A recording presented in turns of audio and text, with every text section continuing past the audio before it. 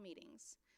The purpose of town hall meetings is to create yet one more opportunity for us and myself to interact with each of you in a format that's intended to be smaller, a little bit more intimate, so we can have more of a exchange, more of a conversation than probably what I and others will do today of more of a presentation.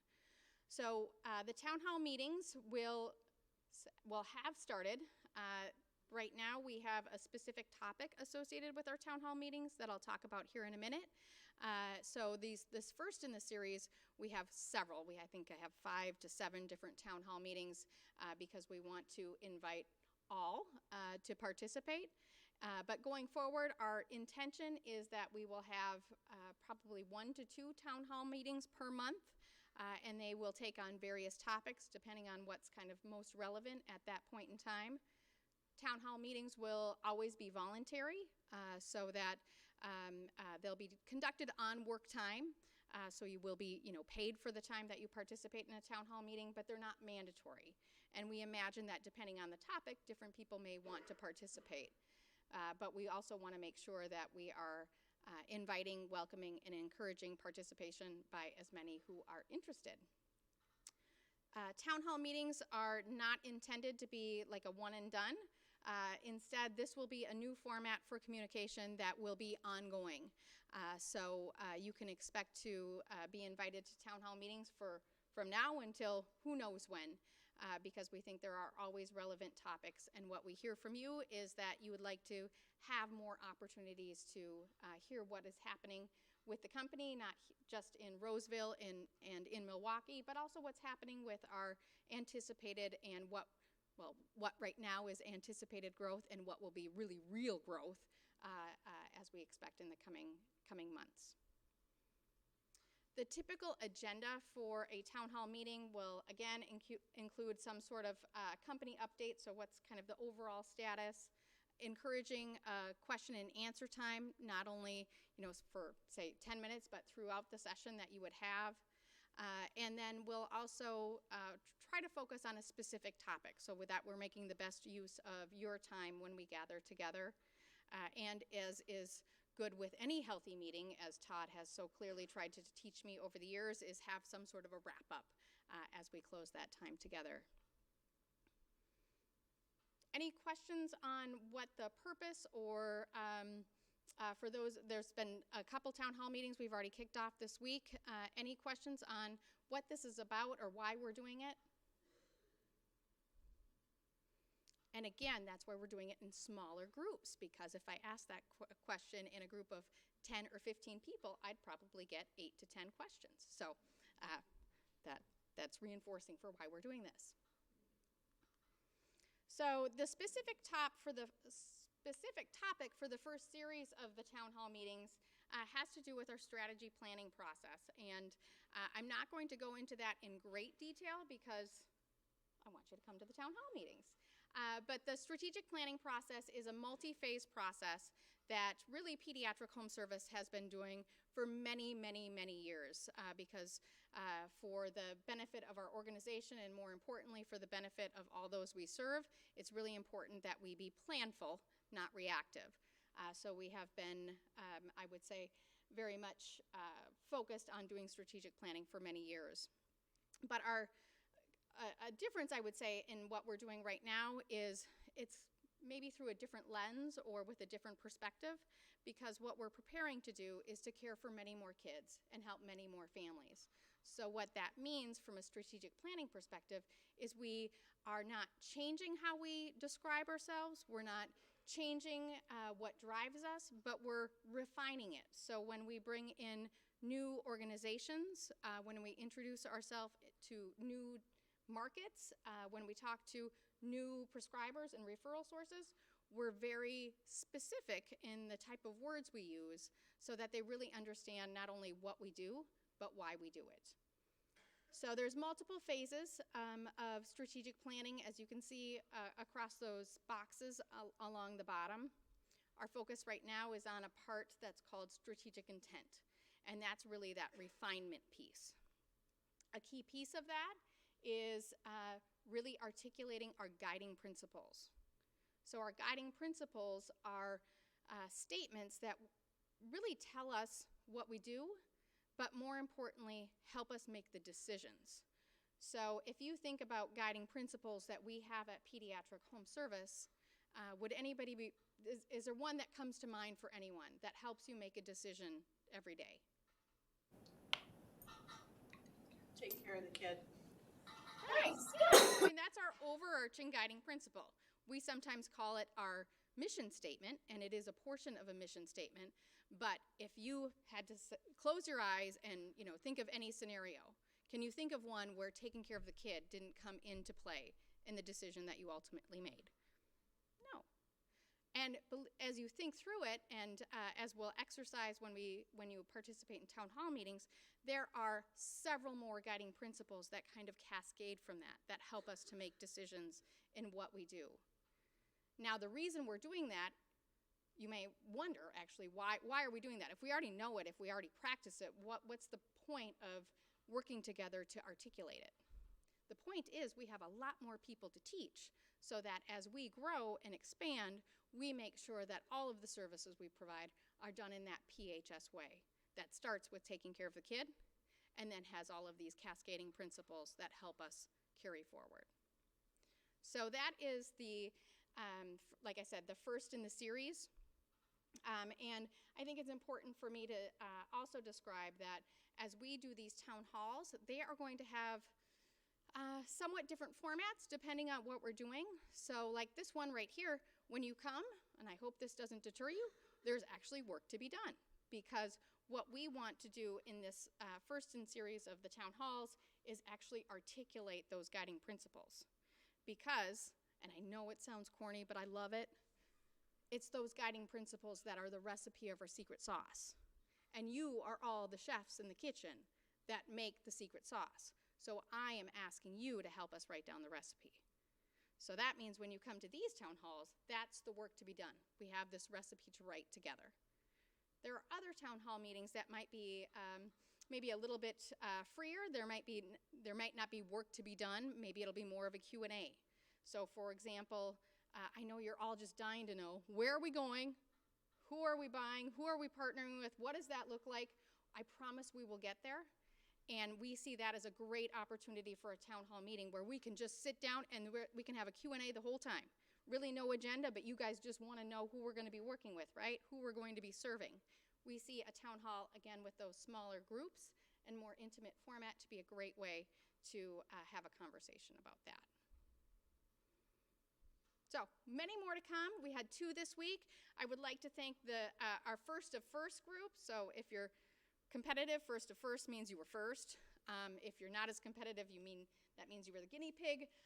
For that group, I think you were more on the guinea pig than the first. So a special thank you to that group for helping us work through that first time around and giving us feedback to improve as we go forward.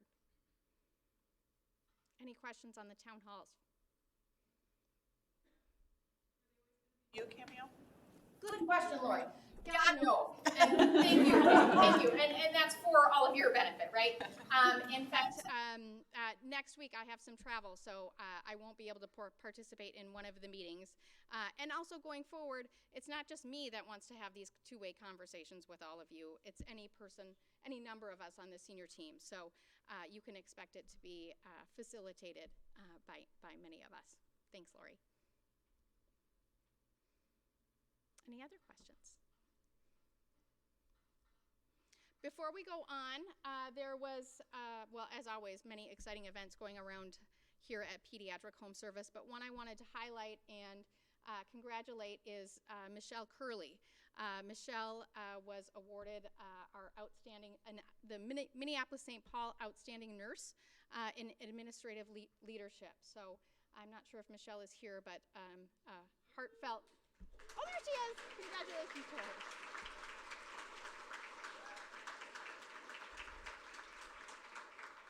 As well, we should all feel very proud to work alongside not only Michelle, but our other 3 finalists, which were Mary Brown Kelly, Lynn Buckles, and Julie Anderson. So congratulations to all 4 of them.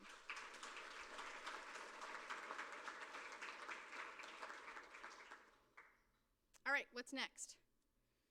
Ooh, Employee Appreciation Week. So, September 9th through the 13th, all kinds of fun activities led by our wonderful HR group. I don't know which one of those will stand out to any of you, but popcorn, I love. I'm sure that is intended to say popcorn and M&Ms. If they don't bring them, I will. And many other fun activities throughout the week. And then only to be topped off by the great PHS get-together. What does that sound like? The great Minnesota get-together. So for any of us like me who will be in recovery from the Minnesota State Fair, we've got this next wave to help us get through. So a little bit of a Minnesota State Fair theme for our company picnic this week. And speaking of which, if you are at the Great Minnesota Get-Together, come see me in the beef barn Labor Day weekend. I'll be there with the cows. So if you ever wanted to pet a cow, mine are really nice.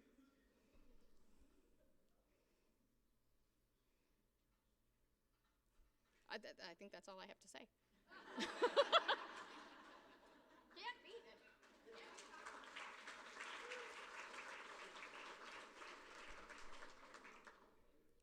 Thank you, Cameo, and I kind of feel like the price is right here. Our next contestant is Joe Dietlein. Come on down. Come on down. Here I am. It's kind of a letdown now. So, I got nothing. I'm assuming this is for someone else.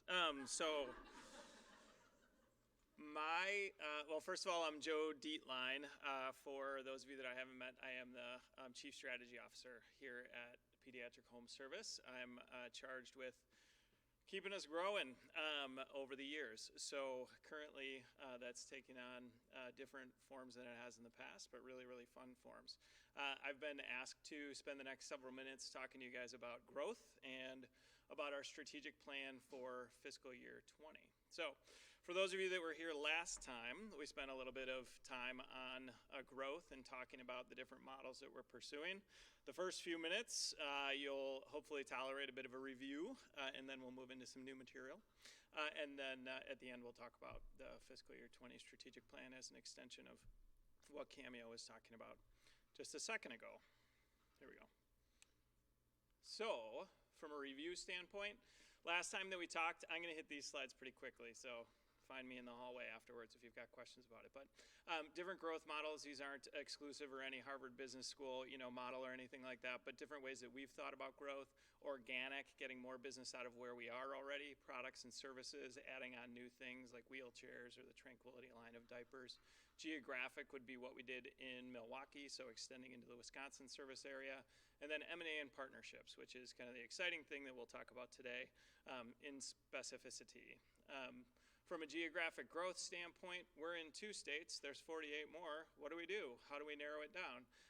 The table here starts to highlight the different filters that we use to think about the states that are out there and what's the highest priority for us. So some of the key things that we think about is how many kids are there? What's the Medicaid environment look like? Are there major children's hospitals there? That's very important for the kind of kids that we take care of. What's the competitive environment? Sometimes that could mean there's lots of kids, there's lots of competitors, that's okay, we're okay with that, or that's a really entrenched market like PHS in Minnesota. We don't want to go there because we'll lose when it comes to competition. Once we figure out our targeted states, we figure out which way we're going to go in. So de novo is creating a new place like we did in Milwaukee. M&A and partnerships, again, what we're going to talk about, so more to come. When we make the decision to get into mergers and acquisitions or partnerships, we have to decide who to buy or partner with. There's a great deal of companies out there, 6,100 DME companies, 1,500 infusion pharmacy companies, 240 children's hospitals in the United States. They're all fair game. So we got to narrow that down. The 240 children's hospitals, we're not quite to the point where we're going to buy one of them. We'd probably partner with them instead of buying them. These are all things that we think about when we're considering companies and who we should talk to.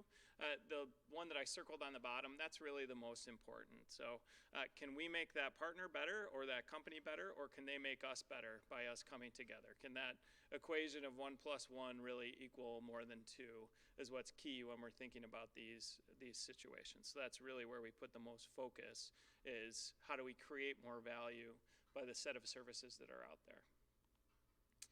So this was the timeline that we talked about last time.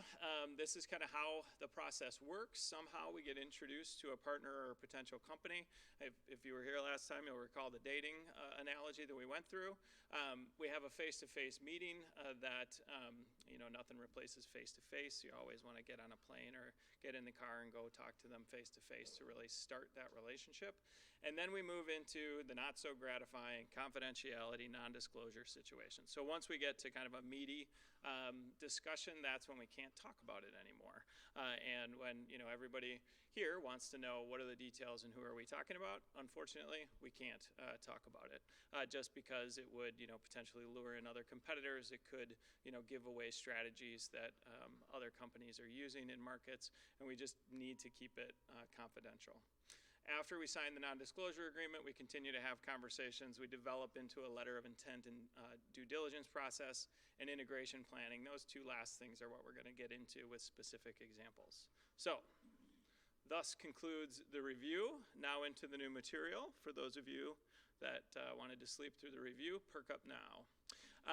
So, process examples. So, two examples of ways that we are going to move into growth. So partnership.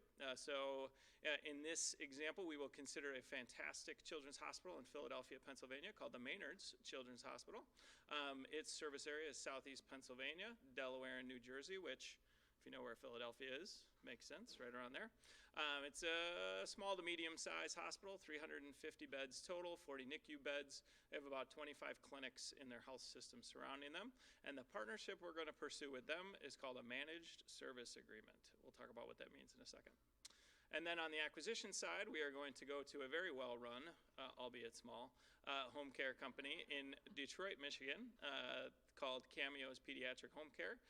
They serve a 100-mile radius around Detroit, just not in the lake, but on the land. From a services standpoint, they have pediatric DME, enteral, and home health patients, about 100 vents, 500 enteral, and 1,000 home health patients. So these are all things that when we're looking at companies that we really take into consideration, and it really is. These are the things that you look at right up front to think about whether it's worth flying out there to have that conversation. So let's jump into the partnership side. So with Maynard's, if we were going to pursue a partnership and a managed service agreement, first we would get together before we even said, how are we going to do this? We would meet and talk about what are the needs. So we're PHS, this is what we do, this is what we're good at, taking care of the child and specific services. Maynard's, what are your needs? What are the things that are your strategic priorities, and can we come to an agreement for how we could work together in a partnership? At that point, we would start to marry those things together. So specifically from an example standpoint, how that would work, Cameo, Judy, and Joe, in this situation anyway, would fly to Philadelphia, have a conversation with the hospital leadership, figure out what those things are, agree on the most pressing needs for Maynard's, and then zero in on what the agreement is, kind of number 2. This is where, in this situation anyway, we're going to agree on a managed service agreement. What the heck is that? So the managed service agreement is where one company owns the entity. So in this situation, a home care company, Maynard's, would own it, and they would contract with PHS to run it. So we would manage the services that that company provides. And we would do it in a way that's really detailed and written up in a document that we totally agree on how it works and how we're going to govern it. But this is one way that we can partner, and one way that we see children's hospitals across the country doing these things to pursue their home care needs. So we would create that general agreement that would get us off and going, establish a schedule and work stream for how we're going to work together, general good project management stuff, and get that all down on paper. Then we would, this seems simple to say, but we would create the business, So if Maynard's doesn't have a home care business, we would have to make one. So you would, figure out exactly how are we going to do this together? Who gets the money? Who's paying for what? Whose legal team is doing the legal work? Whose regulatory team is doing the regulatory work? We'd work that stuff out. What are we going to call this new entity that we're working on? Where's this business going to be located, right? We got to have a warehouse or something like that. Clinical operations, workforce is a really key conversation that we have when we start talking to new companies. What's the situation with the people here? Is it the same as in Minnesota where there's very few nurses to hire? How are we really going to support these needs that we're thinking about supporting? So we go through, and each one of these work streams are assigned an owner, so really pound through the details for how these things would work. Those that were involved in the Milwaukee launch, very similar to that. Thanks, Anna. I'm using my next 10 minutes too with this one, so you can keep it going. Yeah. So then we would test and launch. So if you think about all of the details that were involved on that last slide, that was an extremely condensed version of a detailed plan that would be put together. When we get to the end, you've got to make sure you did what you thought you were going to do. So we would test it before we would launch, and then we would launch the business and begin serving patients. In this situation, I wanted to key in on when would people know about these things. So if a conversation like this is going on right now, when would we be able to tell you? When would we have that town hall that would answer all of those questions? For a partnership like this, we may do it at number 2, or we may do it at number 4. That would be part of the agreement that we came to. If I was trying to think of an example to use for this, BioScripts and Option Care merged recently. They had an announcement about 6 months ago that they were doing it, and then you would have seen in the last 10 days or so another announcement. And the first was kind of they intend to merge, and then the last one was, oh, they actually merged, it's done. So we could take the approach of saying, oh, we're intending to partner with Maynard's, it's done, they launched. Or we could just say we're done, we launched, and put it out that way. We obviously haven't done either of those things, so to be determined. Now let's talk about an acquisition. We're going to move on to this Cameo's wonderful company in Detroit, Michigan. So we're going to start from the letter of intent due diligence and go into the integration planning for this specifically. So when we get into the LOI, when you sign that letter of intent, you're at a point where you're saying, you know what, we're dating exclusively. So back to our dating analogy.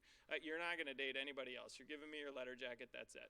And so that's kind of what a letter of intent does. It locks it up. And then there's a certain amount of time for how long that's going to last. Those that we've signed have been 90 days in duration. And you enter into a process that's due diligence. I'll talk about exactly what that means in a second. But you get into what would be called the deal time or the transaction time at that point. And you think about priorities of the transaction process. So during that time, you got to figure out all these things in this limited window of time, working with another set of people that you probably don't know very well. So first, due diligence. So a lot of work goes on around here. And the way I think about due diligence is you're figuring out if the business is as advertised. So if a company comes forward and they say, hey, Cameo's is $10 million and we make $2 million in profit and we have never had a kid go off of our service. We've never had a regulatory finding and our joint commission, record is flawless. The point of due diligence is to get in there and see are they telling the truth, right? I mean, trust but verify, and really dig in, use all the tools that you can, dig into the documentation that they have, use outside help and experts to dig in and really pull back the covers and make sure all those things are true. So that's what due diligence is. Transaction documentation, this is like, we're agreeing on a bunch of stuff. We need the lawyers to write it down so we make sure that those things are documented. Financing, we got to have the money, the debt, whatever it is in order to support the transaction we're agreeing on. Management, we got to make sure that in Detroit, if Cameo is still in charge, is Cameo going to be in charge? Do we have her contractually locked up? Is she just going to move on after the transaction's over? Figuring out exactly what that is. If she's moving on, is somebody from Roseville going to move to Detroit to run Cameo's? Figuring out what that is really important. And then integration value creation planning. So this goes back to that 1 + 1 is greater than 2. How are we going to make that happen? With Cameo's, is that now we're going to be 200-mile radius? Are we going to start to offer pharmacy? What's the plan in order to make this, service better? In order to get that done, we established a transaction deal team. So this is pretty realistic, actually. We set up a list of the different functions that would need to be dug into and identify the specific people in charge. So the deal leads, Cameo, Micah Mizell. I think folks have probably met him from In Tandem. He's been around. Clinical operations, Judy, Derek, Becky digging into the home health and the enteral and the DME that Cameos offers, and then on down the line. None of those names should be surprising, and there's more. I kind of stopped when I ran out of space on the slide.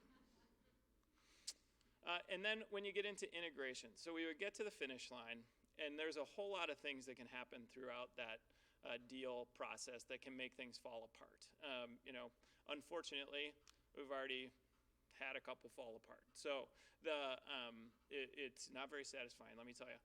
But when you get to the finish line from an integration standpoint, we would make the announcement. So if you think about with PHS and In Tandem, there was a lot of this due diligence going on through August, September, October last year, and we didn't announce things until December. So until we got to that finish line, when everything was signed, when all the financing occurred, that's when the announcement happens. And then we move into the actual integrations. So with In Tandem buying PHS, there wasn't an integration per se, but when we buy Cameos, we've got to figure out, we're on CPR Plus, you're on Brightree. What are we going to do? You've got a billing department, we've got a billing department. What are we going to do? On down the line and figure out, what is that transition? How long is it going to take? Are we going to call it Cameos in Detroit, or are we going to call it PHS? Are we going to call it Cameos powered by PHS? When are we going to make those changes? We have to make sure that we have all of those plans in place and get after them as soon as we get into the integration portion of the process. There's a lot of et ceteras there. If you buy anything called Cameos, if it's my name, you're not changing the name because I'm a little possessive. But as far as things like, they have a billing, we have a billing. They have a compliance, we have a compliance. We have a. It's still always intended that PHS is the core. This is the core area. Does it make more sense to bring in their billing, their compliance, et cetera, into our core? Or does it make more sense for them to continue to have kind of a satellite or independent function that would integrate with ours? But I just want to reassure y'all that when we're talking about PHS has this in Roseville, PHS is going to continue to have this in Roseville. Yep, good point. We're the mothership. So the last slide, that's the end of the examples. This is the same slide that we would have had last time that we got together. And really, I wanted to keep it in here because it signifies just how many lines we have in the water. So the amount of conversations and the activity going on as far as growth is concerned are plentiful, and we're pursuing a lot of different things that I think will come to fruition soon, and we'll be able to talk a lot more about them going forward. Thus concludes the growth update. Now we move into fiscal year 20 strategic plan, which is extremely related. So it doesn't have to be that choppy of a transition. The process that we're going through is very similar to what we've gone through in years past as far as planning is concerned. This dovetails with what Cameo was talking about, and part of our main goal for next year really speaks to the process that Cameo talked about in the first portion of the meeting. We have one goal for fiscal year 20, and for those that are new, we call our main goals WIGs, which stands for Wildly Important Goal. The WIG for this year is to scale PHS for growth. So make sure that we are ready to take on that additional business, to be a good partner when we move into partnerships, and to be a good mothership when we bring on acquisitions and move into integration mode. So the additional goals underneath the scale PHS for growth is expand impact and services to children and families. That really speaks to the growth itself and finding those partners and acquisition targets, as well as opportunities for geographic growth. Sharpen our mission, strategic intent, and alignment. That's exactly what Cameo was talking about before. implement rigorous performance and financial metrics and goals. So we measure a whole lot here. How do we actually narrow that and make sure that we're focusing on the things that are most important, and make sure that we're doing it consistently across the departments, that we're talking the same language, and that we have comparable information to look at other businesses and see how we're progressing.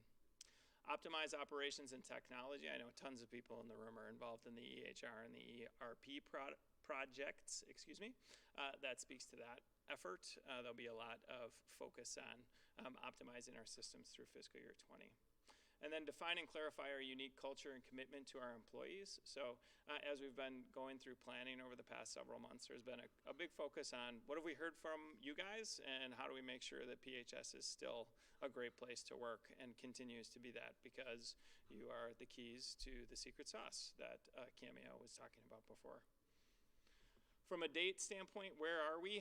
So from a planning process, we kicked off with managers and talked about the WIG initially on July 11th. Last week, the managers presented their plans for their departments and did a great job bringing us up to speed on what happened in fiscal year 19 and the plan for fiscal year 20. Next week, we'll be at the point where we have the fiscal year 20 budget pulled together, bringing in all those priorities and plans for next year. And then between next week and September 24th, we'll be working with everybody to update those plans, update the budget, and then finally on September 24th, present the budget to the board to finalize for fiscal year 20. That's all I got. Thanks very much.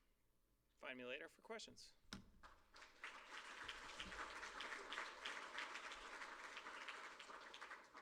As you probably have guessed, we'll be talking about that topic more in subsequent staff meetings.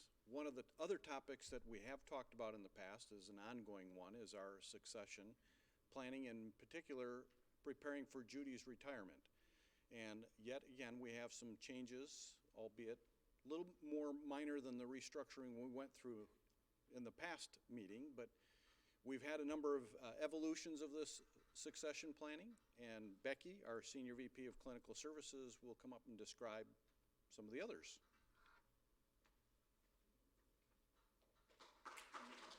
Thanks. All right, so again, I'm Becky Long, Senior Vice President of Clinical Services, and I'm presenting today because Judy, our Chief Clinical Officer, is on PTO. So the succession plan timeline that you're seeing now is one that was presented, I think, in October. And since October, we've made a few changes, so I tried to update them on this timeline. And then, as you can see, as you move your way through, there's a new color added. So we'll just work through education. I've been working with education for many years now, and that will stay the same all the way through Judy's retirement. And then nutrition was one where we changed from what we presented last October. So I had been having responsibility for our clinical nutrition service. And then when we reorganized this spring, nutrition moved under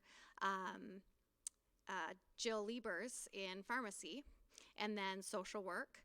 Again, here at the reorganization this spring, Monica moved over with Michelle Curley in SNV, and then she's also continuing to do her clinical social work as well.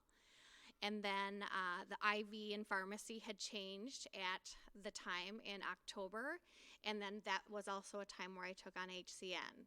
So the RT piece is where it gets a little interesting. So this is just going over what moved in May, in the spring. And then now we are to RT services. So what is happening here? So we had a couple of resignations, one with Mike Vogel, who is the biomed manager. Mike has been here a lot of years, and his last day is this Friday.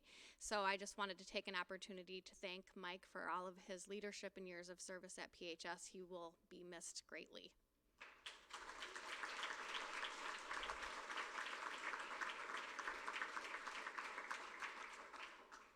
And in true form, he's a pretty organized guy. I'm feeling like we have, what, 2 business days now left together? And how are we going to kind of get through everything? But Mike has it dialed in pretty well, so I thank him for that. So with Biomed and the succession plan, it just really sped up with that, as far as what are we going to do for leadership, and then what are we going to do for backfilling Matt Carlson, who also was a Biomed 3 and resigned. His last day was a few weeks ago. So we came up with the plan that I would act as an interim manager for Biomed for at least about the next year. And then we started talking about, well, what are we going to do about Matt Carlson? Do we need to replace him? What's happening here? So over the last couple of weeks, I've had the opportunity to sit down with Mike, along with each one of the Biomed staff, and they have suggested that they don't feel like backfilling at this time is appropriate, and that we're going to try to see how it goes with the structure that we have in place, and giving some advanced opportunities for the Biomed 2s in our Biomed department. So I think the Biomed 2s are very excited about this. And then additionally, that just kind of streams down into the Biomed 1 area that they'll be taking on additional responsibilities. And then of course our 2 cleaners, which I feel like should be a fancier name because they do a heck of a lot more than cleaning, as you all may know or may not, but I've been keenly aware of this now. So that's what's happening with Biomed for the time being. And then more quickly then, service specialists, I'll be then working with them in November, so I'll continue to keep all of my responsibilities. But then we'll add on service specialists, getting to know what happens with their line of work, and then our leasing for our vehicles. So that's something that Derek does. CSS, that orientation will begin in February of 2020. And then in June, I will fold in the RT, so I'll come back around full circle. So some of you may know or may not know, I started here as a respiratory therapist. So I have some knowledge of how the respiratory team works, but I've really been out of it effectively for about 10 years. So I have a lot to catch up on and come back to, because the service has definitely changed over that time. So just to clarify leadership, Derek continues direct responsibility for all areas in RT services. So as the interim manager of Biomed, I'm reporting to Derek. And then Derek reports to Judy. So we'll see how she goes. And then with the service specialist, CSS, and RT, that's just the normal way of if you've seen in the past how we've done some succession planning, where they have a time where a person shadows and the actual manager takes a sabbatical. We're not doing sabbaticals, but I am going to be working alongside those folks. Yeah, I would love that. And then the only other thing that I wanted to say is just a really big thank you to the education team, who has really stepped up in all of this time of transition.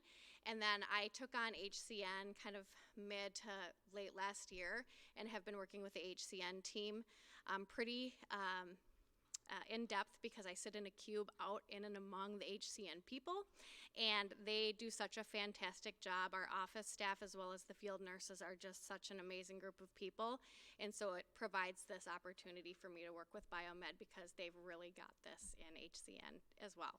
So thanks to all of my teams. And disclaimer, we're looking forward to growth, as we've heard. The details presented today will likely change, and your flexibility is appreciated.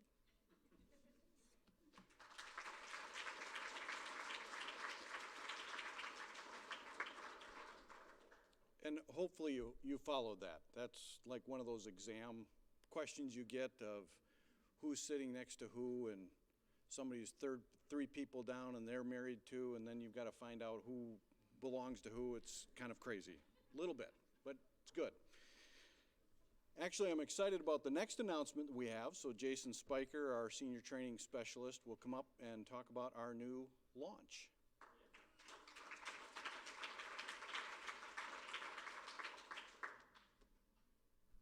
Rick's up next, so.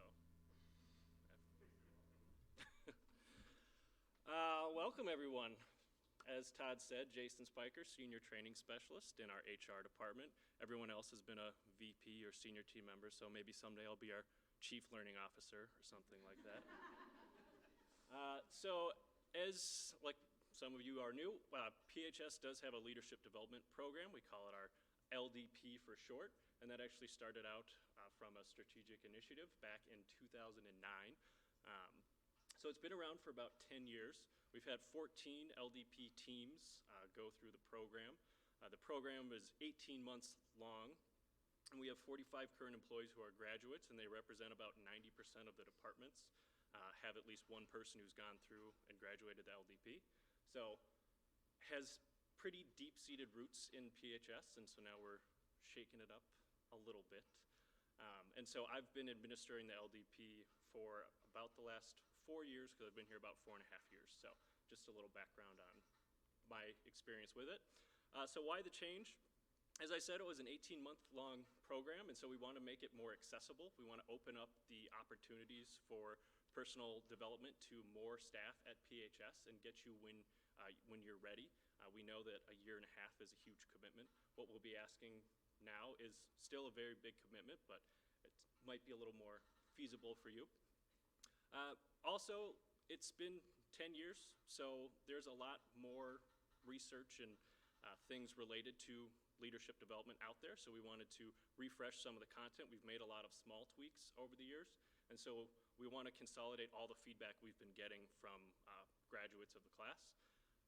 And changing in different needs of the organization, so that's going to be an area of focus as well. And then we really want to make sure that it's all aligned with where PHS is going as a whole. So we really want to make sure that the content aligns with what we're doing as an organization. So that's some of the background as to why we're going to change. So the new program, before we talk about what, it's not called the new program, don't worry. But before we get into it, I just want to clarify what it is. So it's a way for you to grow personally and professionally. It's a way to develop your leadership skills and a way for you to work with people that you might not normally work with. So these groups are made up of anyone and everyone that works at PHS. So you could be in biomed working with someone in HR. You could have, like I said, anyone and everyone is, with the exception of a couple, eligible to apply for the program. And I also wanted to clarify that it isn't a pre-management course, and it's not a guarantee for promotion. But the skills that you get will make you look pretty good. So I was going to ask for a drum roll, but I forgot. So Elevate is the name of our new program because we want to elevate, so heighten your self-awareness. We want to increase your interpersonal skills. And we want to raise your level of critical thinking. So those are the three main areas of focus. So, being able to articulate your personal morals, your values, what is the impact of that on others? How do you work more effectively in a team? Because we know that we work in teams and groups every single day. And then how do we really get a strategic mindset when it comes to projects and plans and processes as we move forward as an organization? So the program overview, we're shrinking it down from 18 months to 12 months. There's going to be some self-assessments. You're going to have an individual development plan. You're also going to be assigned a PHS coach, which is something that we're keeping a lot from the core of what the original leadership development program was. But like I said, the content areas are going to be different. You're going to have cohort learning sessions. So sometimes that will be 2 hours. Sometimes that will be 4 hours. Depending on what that session's about. You're going to be doing different competency building activities related to self-awareness, interpersonal skills, critical thinking, and there is a level of independent study associated with it as well. The timeline, so kind of announcing it now, so -2 months before the program starts. We start to talk about it, open up the application, then we'll get into the selection, and then months 1 to 4, it's about your self-awareness, 5 to 8 is interpersonal skills, and then 9 to 12 is critical thinking. And there will be, a slight bit of overlap between some of those things too. And then for this first go around, so we've heard about guinea pigs and pilot groups and all that. We are going to take some time to really gather feedback, see what's working, see what maybe needs some tweaks before we open up the next class. And so that 6 months is an estimate. If everything goes smoothly, then we can open up the next course a lot sooner. So, how can you get into this program? 1 year at PHS, the old program, you had to be at PHS for 2 years. You have to be in good standing, so good attendance, not on any sort of performance improvement plan.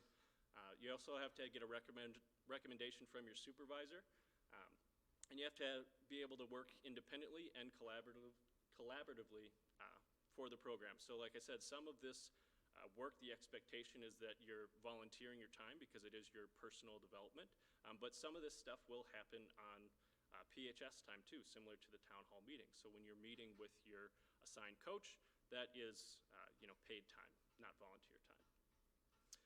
There will be a lot more details about this in the coming weeks, but I only had 5 minutes and I'm already 30 seconds over. So what's next? There's going to be a note to all staff with more information at the end of August. Applications are going to open in early September. We're going to take some time, select the participants, assign the coaches, and then kick off the program in early October. So that's what's going on. Thank you.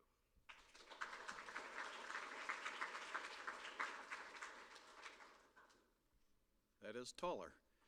It's a good thing the shepherd's crook didn't come out. We get to end on a really high note, celebrating one of our forever employees, one that's been here for, well, I won't steal the thunder. Rick, it's all yours.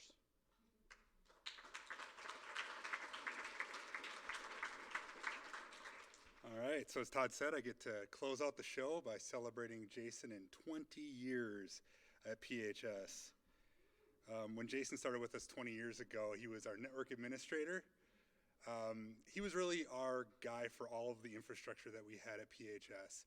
He was responsible for all of the server and network maintenance, and at the time, we didn't have all this fancy stuff of virtual infrastructure and other crazy things that I won't bore you with. But we had a couple dozen servers in one rack stuffed in a closet over there in that general direction, kind of where the Peppermint Patty is nowadays. He was also responsible for our older Citrix infrastructure. For those 30 or so of you that used it in the past, when you would log in, you'd see a desktop and access things really, really slowly. He was also our phone guy, and that kind of has carried through the years. He is still our phone guy. But back then, it was desk phones and BlackBerries. And then email support when we were in the dark ages of having our email located on premise here before we went to the cloud. So some of those phones that he supported back in the day were these guys that we finally got rid of just a few, 3-4 years ago, and then those good BlackBerry Pearls for those that remember having those. And Jason was really the best at fixing BlackBerries. He had all the tools necessary to repair them, and this was actually when we upgraded most people to iPhones, and Jason had a special technique that he would get stuff migrated off of the old device and onto the new one.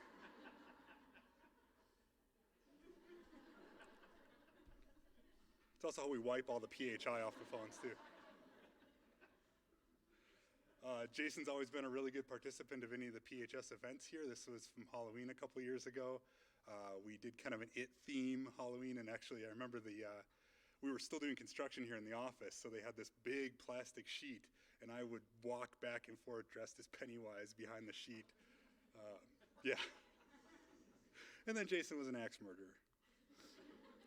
Jason might be the guy that is the saddest that we got rid of the St. Patty's Day chili cook-off. He always was a good participant in that. And he is a great guy for some hot sauce, too, if you're looking for recommendations. This is his family, his wife Paula, daughters Brianna and Jordan, and then his big black lab Moose. Jason, there's always this weird correlation between IT people and musicians, and Jason is no different playing in a rock and roll band. I remember seeing him a couple times, great 80s cover songs. He's also an ordained pastor and has his Master's of Divinity. I remember when I first started, he was learning Greek, I believe it was, in that application through his MDiv program. He loves camping, and beer, hopefully at the same time. They don't have to be mutually exclusive. And then Tolkien. So Jason's a big Lord of the Rings fan, and these are all a very small smattering of the characters that are in the Lord of the Rings, and coincidentally, they are all names of the servers that we used to have here on site too. Right. So when it was just Jason that had to remember what these were and what they actually applied to, it worked really well. It was a good code of security through obscurity. And we actually still have some of these today. Smeagol and Smog is how you log onto your computer. Faramir is our finance. We went with the alliteration, at least help us try to remember what they were. Sam and the Gandalfs for CPR Plus and Insight. Gimli through M-Files, so if you log on to M-Files through the web or click any links, it's doing Gimli stuff there. And then with the help of Keeley, your J drive and your Q drives are still on something called Lorien. And then Dwalin is a behind-the-scenes monitoring server that we use. Jason is now, his title is a network and systems administrator. He's still responsible for those servers, but we have so many more now. And it's a virtual infrastructure, so there's not physical boxes in that big old server room we have. But we have roughly 100 servers that he manages and maintains and makes sure they're all up to date with the monthly patches that come out. He is still our phone guy and dealing with the phone system and the networks. And part of that infrastructure team now, we have Lindy and Jason, both kind of two sides of the same coin helping out. So congratulations, Mithrandir, on 20 years at PHS. And come on up, Jason.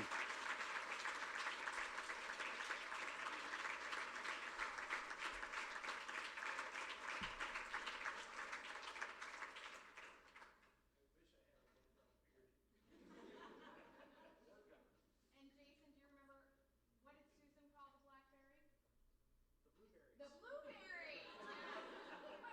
It's my blueberry. Everybody has to go Y2K. We couldn't have done without.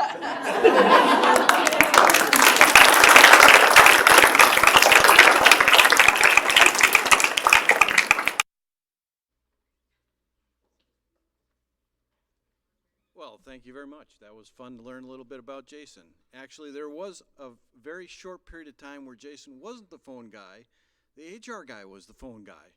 So he showed me how to punch down wires and set up phones and crawl under desks, and it was a great experience. You probably remember that, and now wish maybe you didn't have that phone job. But anyway, great meeting. Thank you for spending the time with us. You're good to go.